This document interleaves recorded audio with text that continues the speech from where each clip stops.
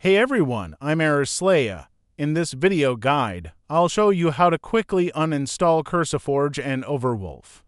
It's a very simple and quick method. Let's get started.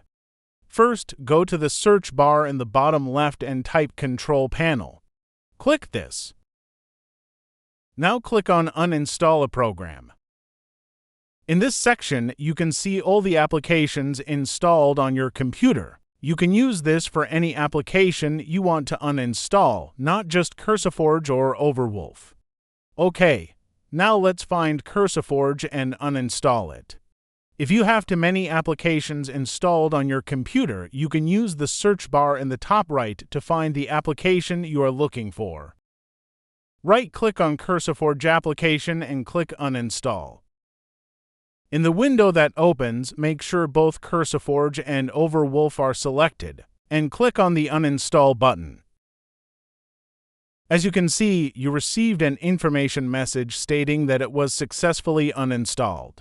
Let's wait for the uninstallation process to finish completely.